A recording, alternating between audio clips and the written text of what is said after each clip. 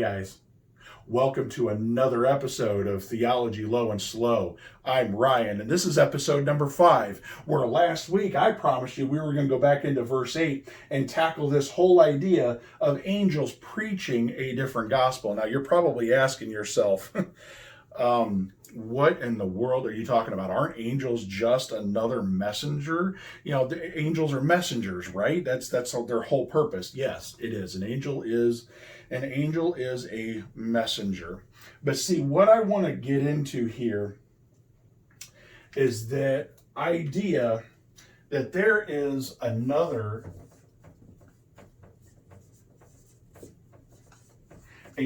spiritual world that is just beyond our sight, that we can't see, but it is very much real and it is very much there. Okay? Angels have the ability to preach a different gospel. When Lucifer fell, he took, I believe it was a third of the angels with him. They have free will to choose. Okay? They have the free will to choose. And what I want to submit for your consideration today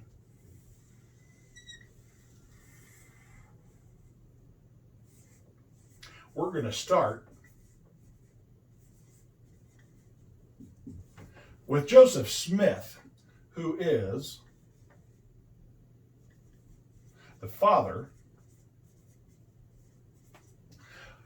Joseph Smith, who is the father of Mormonism. Joseph Smith saw a vision of Jesus Christ, who gave him then there subsequently another testament of Jesus Christ.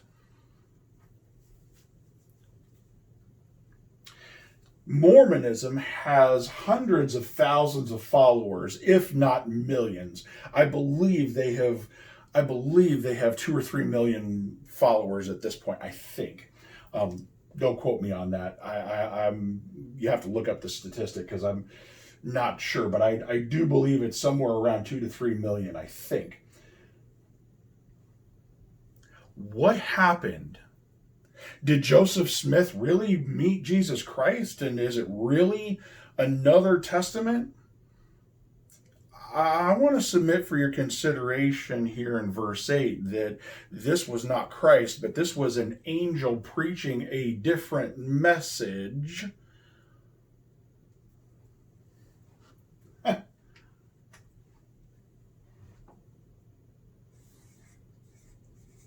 Of gospel number 2, that he wasn't able to discern the difference from gospel number 1. Joseph Smith, I have no doubt, saw something, had a vision of something, but what he did not measure it to the truth of the gospel number 1. And he was duped into believing this other gospel. I also would like to put before you the idea of the religion of Islam. Islam it is an Abrahamic faith, whereas Christians and Jews are from the line of Isaac, right? We Abraham, Isaac, and Jacob. Islam, their father is Abraham and Ishmael. Ishmael was the son of Hagar, of the slave woman, okay, when Abraham took matters into his own hands. And Ishmael then, continues down the line, and I believe around 400 or 500 AD somewhere, a guy by the name of Muhammad comes around, and he has a vision of an angel in a cave, and he's given the Quran is what he's given. And because he couldn't read or write, he couldn't dictate it down, he was given this. And I would again submit for your consideration that Muhammad actually saw something. But my inkling is the same as what Joseph Smith saw, and that Joseph Smith saw a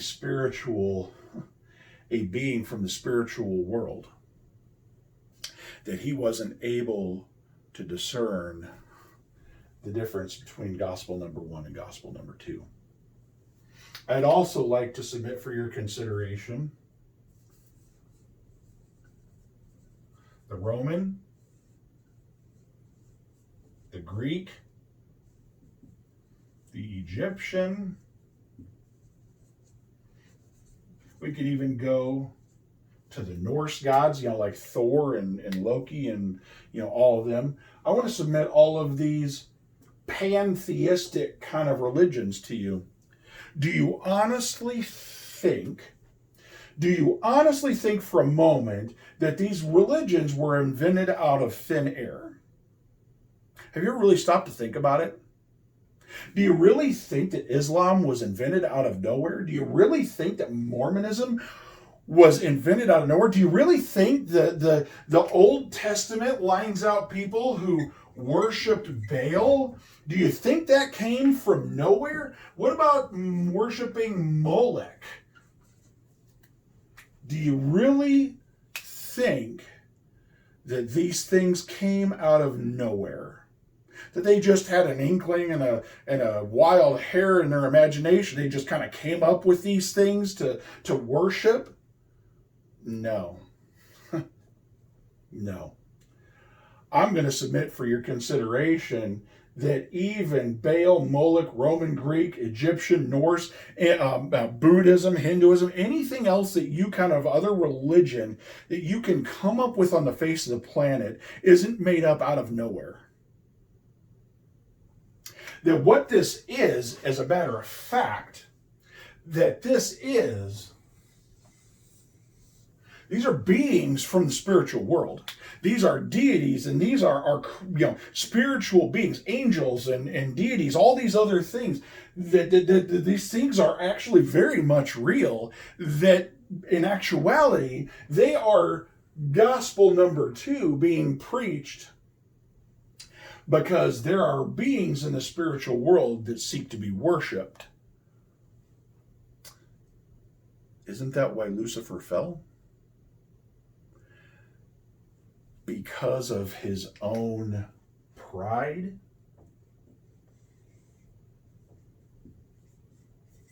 Because he wanted to become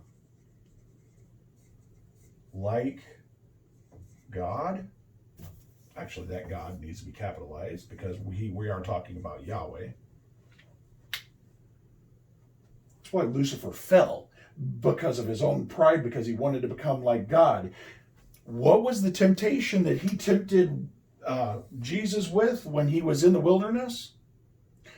I will give you all of this if you fall down and worship me.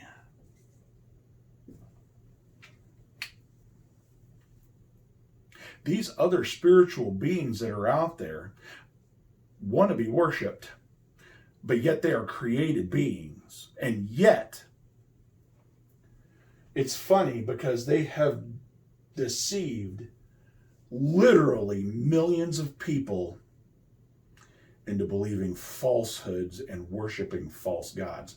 Why do you think God in the 10 Commandments said, "Thou shalt not have any other gods before me. You shall not make yourself an idol and bow down and worship to it"? These things weren't just wood and stone, guys. These were actual spiritual world beings that they believed inhabited these stones and pieces of wood that literally came to life. They fell down and they worshiped him.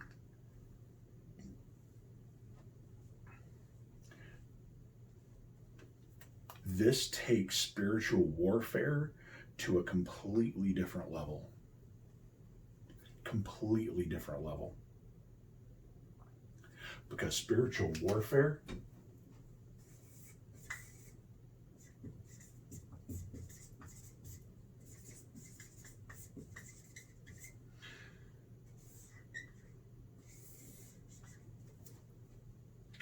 is a battle between gospel number 1 and gospel number 2.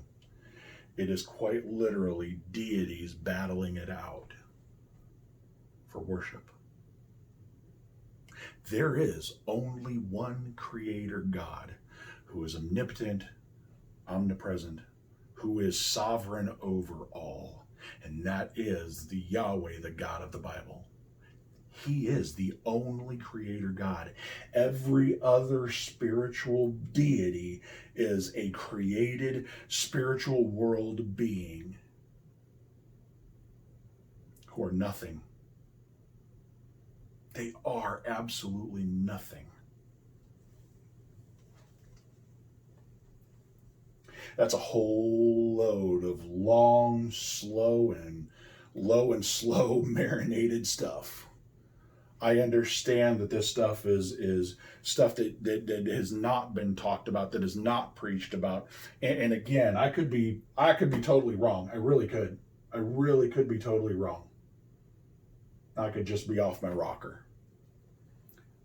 But the consistencies of what I see in Scripture, from anything from Psalm 82 all the way through to 1 John and Thessalonians, and the idea of the Antichrist in Revelation, and all the way through the Old Testament and the prophecies of the Antichrist, all of this stuff. Lucifer falling in is it Isaiah and Ezekiel, I think. There is an unseen world that we can't possibly grasp, that we can't see with our regular senses. There's a real world out there, and the battle that is raging in our world that we proposed last time, that it is a battle of Gospel 2 and Gospel 1, where, even in America now, this is the battle that rages. This is the battle that rages. Our battle is not against flesh and blood. Our battle is against the rulers, the powers, and the authorities of the spiritual world, who are in their pride trying to become like God and begging us to worship them. In the next episode, we'll tackle episode 6. We're going to go on and figure out where these two different gospels come from. Thanks for joining us on Theology Low and Slow. I'm Ryan, and we'll see you guys next time.